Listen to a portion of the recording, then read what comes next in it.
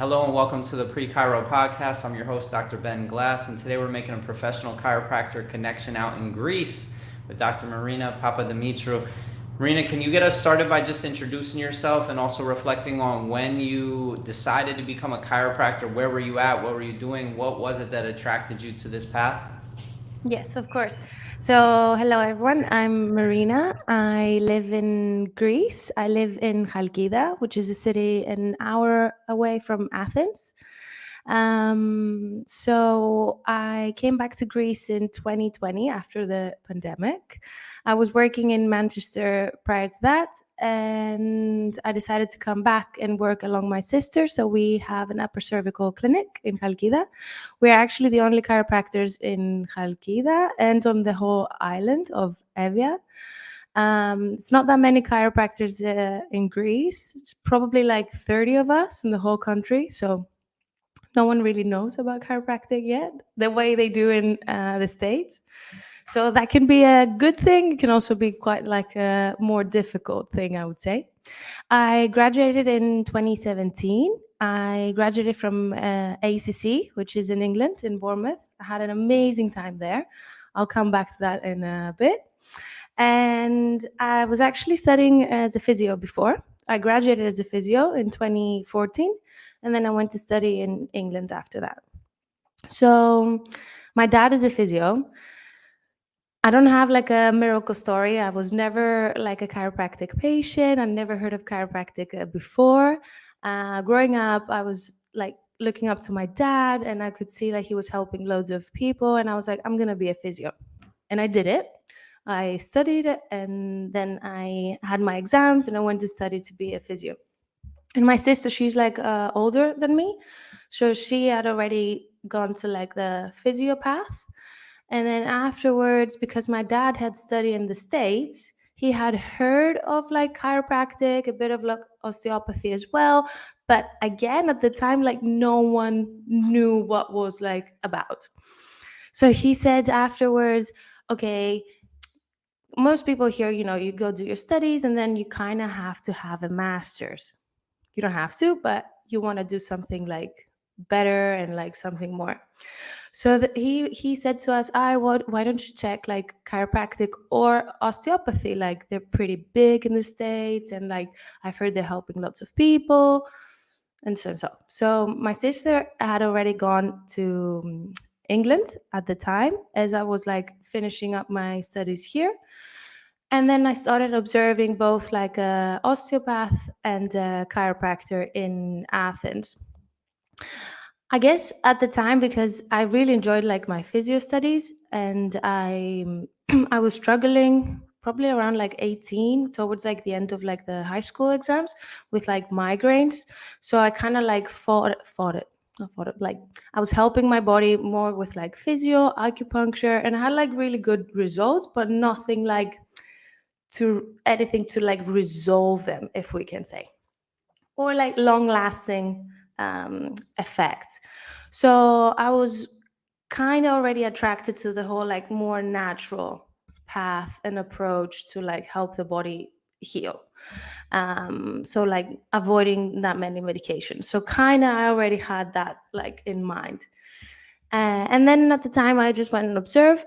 And as far as I remember, I don't think like at the time like either of them, they kind of like explained to me, okay, that is osteopathy or that is like chiropractic. I kind of saw them like in action, and I just saw, okay, osteopathy, they do a bit of like longer appointments, they do a bit of like more soft tissue work, and that was kind of that it was in my mind. And then when I was at the time at the chiropractor's office, it was another colleague there, like another chiropractor. And it was the first time that he mentioned to me, like, oh, there's those books, like really old books, like green books. I have them on my like laptop or like my hard drive if you want, but they're like really old, and they just explain the whole history and philosophy. When someone tells a 20-year-old, a 21-year-old, like there's some really old books and they just explain it, you're not gonna give a second like thought about it. So I just kind of like buried that. And the only reason, to be like completely honest, that I chose to apply to, and I applied to both osteopathy, the British school, and the chiropractic. And the only reason I chose to go to the chiropractic school is at the time I visited my sister, and I just saw that she had a lot of like fun there. It was like a small community, and everyone was like really close, which is something that you didn't really have here in Athens. So that was really the only reason. And at the time, like again, my sister didn't really know about chiropractic. She kind of, it's a different story. You can interview her like another time if you want. But she went through the whole like chiropractic school without like an idea of like what chiropractic can do or what chiropractic is. So she was finishing, and I went to like, I started like after she graduated, basically. So that's how I got into Yeah, chiropractic. so there's a lot there. So one thing is, you mentioned your upper cervical chiropractor. I would love for you to go into a little bit of details on where you got started with studying upper cervical. And then the second thing is, if you had never been told by your dad, hey, you might want to consider chiropractic, then your dad obviously being a physio, you were thinking that anyway, but could you just maybe also reflect on how there's really no presence of chiropractic in the eyes of maybe somebody who wants to go in the natural healthcare direction? There's just there's no awareness that it is even an option for people. No, and especially like being here, and I think because being in the States is something that you hear like more from like other people that they've gone to like a chiropractor. Or I even had in England like a lot of like colleagues and like the students that we were at the same time, because chiropractic again in England is maybe more like medical, should we say, how it's like established now. But like they all had, most of them, they had an experience with like a chiropractor, or like, oh, I hurt my knee when I was like an athlete at high school and I went to a chiropractor and they really helped me, and that's why I decided. So I didn't really like have that, and in Greece no one really like knows about that. So I don't know if we can say if it was like, I don't think it was luck. I don't think it was luck that I got into chiropractic, but it was definitely something that guided me uh, there. And And then, as far, yeah, no, go ahead. Yeah, no, go ahead. no, as far as it concerns like the upper cervical, um, my sister again, she has played like a massive role in my like development as a chiropractor. So she went after to work at an upper cervical clinic in Spain, and I think it was like full spine, and they were doing when they were adjusting upper cervical, it wasn't like an exclusive upper cervical, they were adjusting knee chest. And then that's when I started like studying more and heard about like the chiropractic philosophy, and started to getting more into to know and understand, okay, I've chosen this like path, what am I studying about? And more questions came because I was in a college that they were um, not even discussing that. Actually, they were banning from discussing that. So what happens when you ban stuff from people? You just want to like, you want to find out more about it. It's like when you tell a kid like, don't do that. It's like, it's gonna do it. So And it was like without getting too deeply into why they banned it, can we just maybe imagine that we're here to promote it? And if you were trying to like help somebody before they go to chiropractic school become aware of what chiropractic is, or what is available to them to study based on maybe something you learned through your sister before school, or maybe right while you were in school, or that she had to learn after school, just like the importance of learning it earlier so that when you do go to school, you know what you're getting into. yeah. And I think the more you learn about chiropractic before, and you don't have to get into like details, but it's going to sound like very cliche, maybe like other chiropractors said it, but it's like important is to understand like why, and like why, like how the body works, and why chiropractic. So what is chiropractic? And for me, like it's after I realized, and like after studying more about it, it is the only profession that is concerned with the relation of the function of the nervous system and the spine. And when you say someone the nervous system, it is the most important system to the body. I think everyone knows it and no one can like deny it. And like once you start with that in mind, then the more exciting will get, like when you're studying neurology or physiology, or even when you're studying the pathology, like everything is important. And I really enjoyed learning all these things despite like not understanding like the philosophy like beforehand, because it's so fascinating learning about like the human body and to see that you can help someone so much but doing so little, if you allow me to like say that, because then you can witness the like true capacity of the body's like ability to heal and evolve and do all these things. Yeah, can you maybe just describe what the experience was like at ACC? You said you had a great time, and then maybe if you were to sprinkle in some ways that it could have been better had you been more prepared, or just knowing what you know now, arrived at school knowing what you wanted to go deeper into, and how that might have made your experience different. First of all, I wouldn't change it. I wouldn't change it for like anything, my experience. And I think everything that has happened, it has led me to like the person that and the practitioner that I am today. Um, so I like that it was like a very close like community.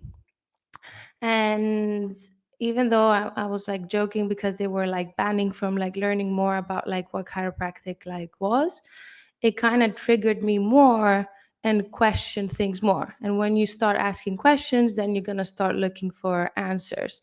And luckily, like, okay, maybe the tutors or the teachers, they were not like discussing much about like the philosophy, but the college was like open to hosting like different chiropractors, different seminars. So that would be like my next like big advice if someone goes to like the chiropractic college, is to expose himself to different techniques, different seminars, to listen to different people and their experiences, because that's when you start asking questions and then you see, okay, what is like closer to like my values and like my beliefs, and then you start developing even more. Yeah, I'm curious if you could maybe just describe some of the skills that you already haven't been a physiotherapist. How did that help you? And then also, what were some new skills that you picked up in the process of becoming a chiropractor? So I would say I really enjoyed learning about neurology when I was in physio. So more the theory part rather than like the practical like aspects, because you learn about like different like machines that you use. And I really enjoyed like the classes that they were about the neurological aspect and like what you can do basically with your hands to help those patients. Um, and then I think that was the link, and it helped me massively into learning more about like the human body and how the nervous system works, because like we said, that's the core in chiropractic. So again, I don't regret like going, because I didn't like practice as a physio at all, but I'm very grateful that I had all that knowledge from before to help me um, to get through chiropractic. Also, I did it like quicker. I studied quicker chiropractic because of like my physio background. I kind of like skipped and had some like classes were like easier, if that like helps anyone. I'm curious, can you differentiate, like for people that are trying to choose between the two, if you were to kind of give them maybe just based on your personal experience of like being a physio and being in a clinical setting versus being a chiro and being in a clinical setting, and just kind of the differences in your personal experience?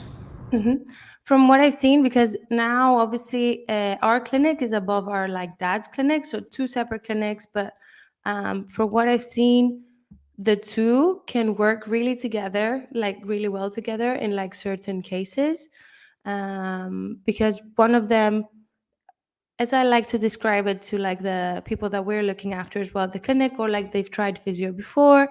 And one common thing, like everyone says, is like, oh, I felt better after the physio, but it didn't last. Or I feel like they haven't addressed the cause. And I think that's when chiropractic enters and it plays like a really important role. Because if you find the cause, and if the cause is the interference to the nervous system, then the chiropractic can help. And then after, if you want to build more of like rehab and like in the musculoskeletal system more, then everyone says that with the physio, after they see that, oh my god, their results are like lasting even longer, or like I feel so much better compared to like, I don't know, 2 months of physio, and like I've been here for like few sessions. So quicker like results, but like again, I think is helping the body to start, if we want to say, to kind of like reset and start working even better. Can you maybe just reflect on being in a family setting, like you, your sister, your dad, and also like if you were ever to have a family or kids or anything in the future, how chiropractic can really become like a family business? People don't think of it that way, but I think it's really interesting to look at how they talk about generational wealth, and then they also talk about these sort of generational passing down of businesses. I'm just curious, in your eyes, how great of a decision you made to become a chiropractor based on now your opportunity to work with your family, support your family, but also grow, looking into the future at what's possible. I'm just curious, like maybe if you could go off on that for a moment. Well, it's really helped that me and my sister are getting like along, and I think it's important because you are seeing like each other pretty much like all day, and it's also important to share like the same values in the future, like you said, but also in the way like you practice, because I think it would make things more difficult. Um, and I think we've established like we have like our boundaries being like two separate clinics with like our dad, because we've separated that as two different things.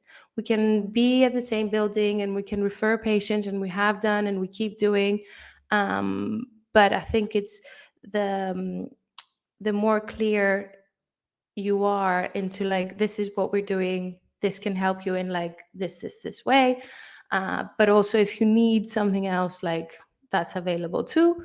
And I think between us, between the two businesses, if you like, if you need to have those boundaries to like, you can coexist and to like work together. But as far as it concerns like our clinic, as long as we share the same values and we have the same vision into like the growth of the clinic, then I think we will continue to like grow. And about the like kids, because my sister just had like a kid now, I'm expecting like my first child as well. So you always like to think like, okay, they will go down that route, but at the same time, you want them to find out like their own way, of course, and to like, if they want to explore, of course they're more than welcome to build the practice even further. As far as like giving students an insight into your clinic, can you just describe what the experience is like for people that come to seek care with you, and just kind of how you work with them, what they might see, what the vibe is like in the clinic, and just kind of what the care experience is like over the course of months or years? Yeah, sure. So we help people with chronic problems, mainly chronic problems, whether that's like migraines, it's like cervical pain syndrome, or like low back pain, um, because or like dizziness, tinnitus, fibromyalgia, all sorts of like chronic problems. And the common, I guess not factor, but like the common thing between all those patients is that they're looking at a natural solution to their problems, and like that they've kind of tried everything else. We are the last resort because like someone told them like, oh yeah, you should try this. And we wanted to create, and we have created, a very nice environment. And that's not something that we just say.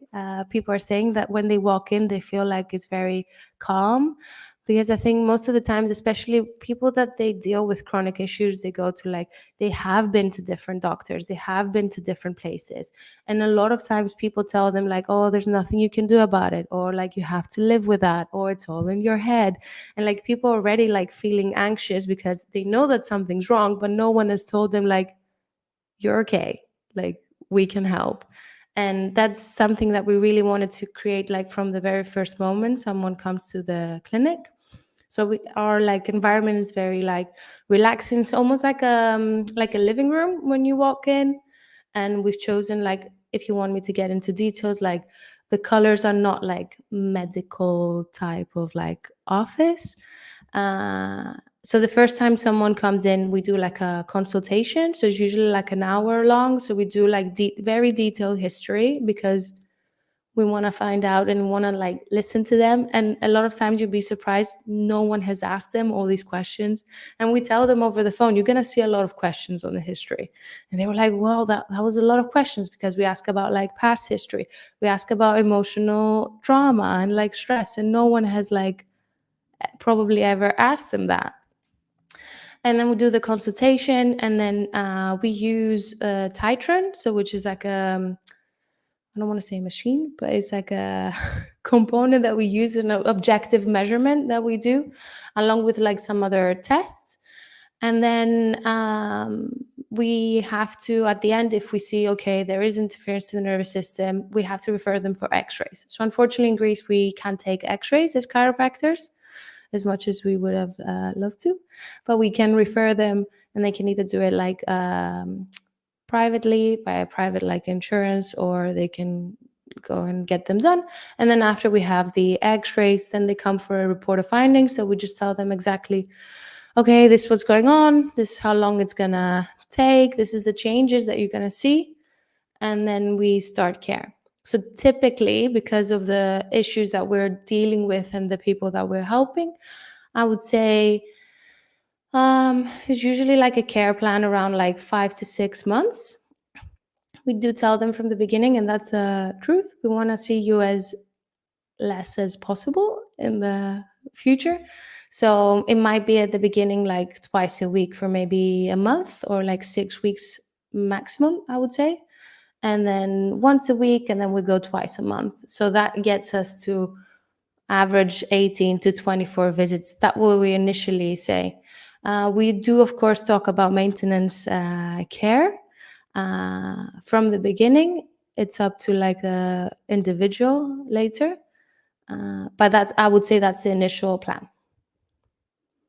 No, very valuable. Thank you for sharing that. And the Titron thermography, is that for a specific technique, or why do you use that tool, and what type of upper cervical practice did you develop? I'm just curious, just because there's so many styles.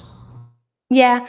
So I learned the knee, chest, upper cervical, and I did it with a TAT seminar, so the art of the specific.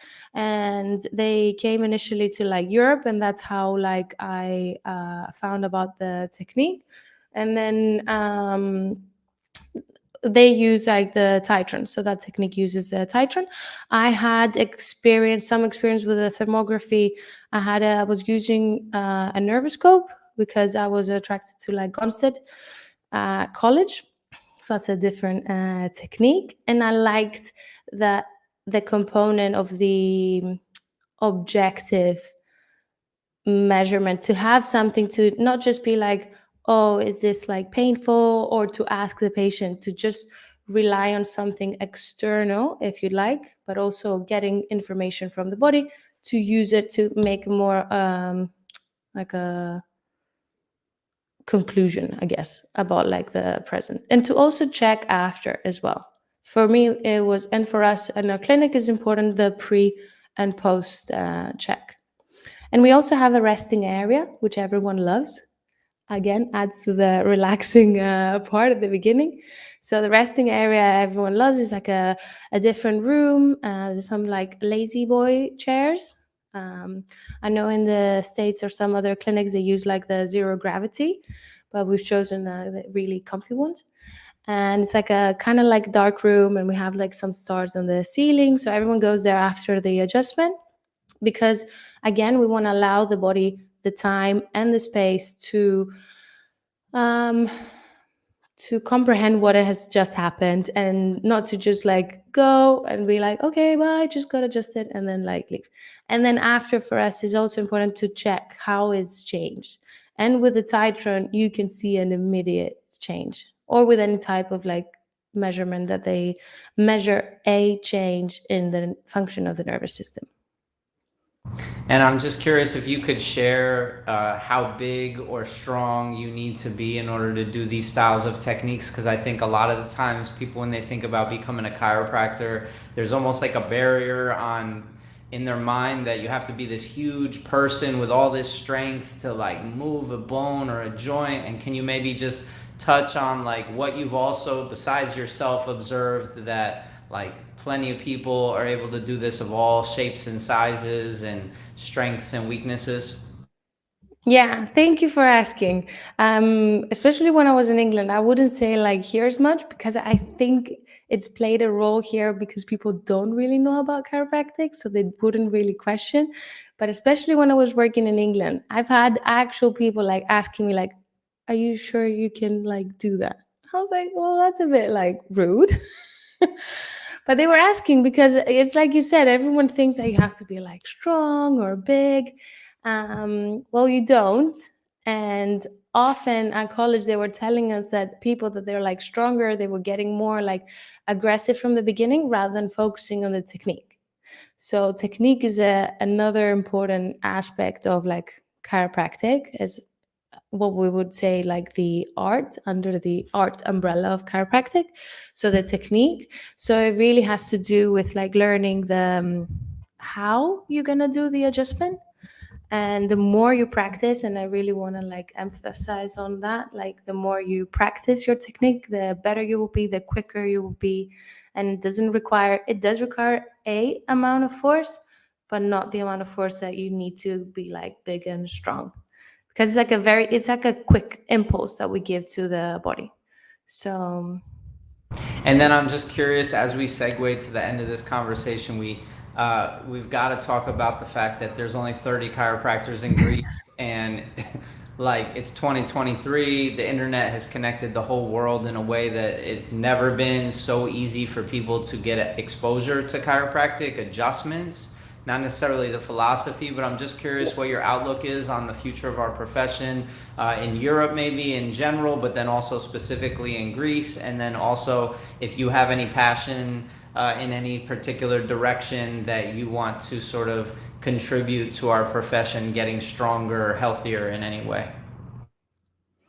So I think maybe a big thing, because I think there are more and more students going into chiropractic now, and especially in Europe because we have new colleges opening up as well. Like I think the Netherlands opened up like last year, and then the Scotland college is opening this year. So there's definitely more and more like people looking for like chiropractic, and I think the internet and social media have played a big role on that. At the same time, I think Greece has a big like language barrier, so not people like it wouldn't be like an easy choice for someone to be like, oh, I'm just gonna move to Greece after and study and like work there. So I think maybe the language is like a big barrier for like people to even consider and like coming to like Greece. Also, it's not regulated. Chiropractic is not regulated here, and as much as I would love to see it that in the future like happening, and we have like a small association with the people that we are like here, and we are working towards that.